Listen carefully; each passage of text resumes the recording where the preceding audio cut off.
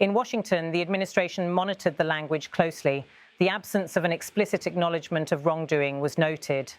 However, because Canada avoided direct challenge to the president's framing, the situation stabilized at the level of suspended negotiations rather than escalating into formal diplomatic retaliation.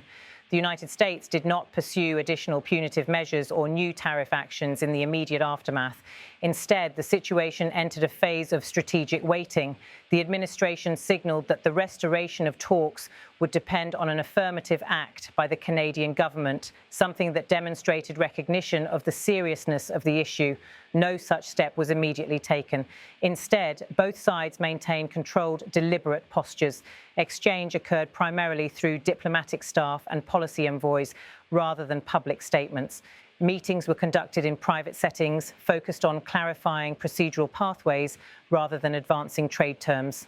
The emphasis remained on preventing further escalation rather than achieving resolution.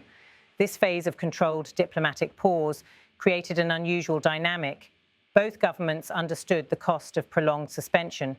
Both understood the symbolic stakes, yet neither side moved decisively to resolve the dispute.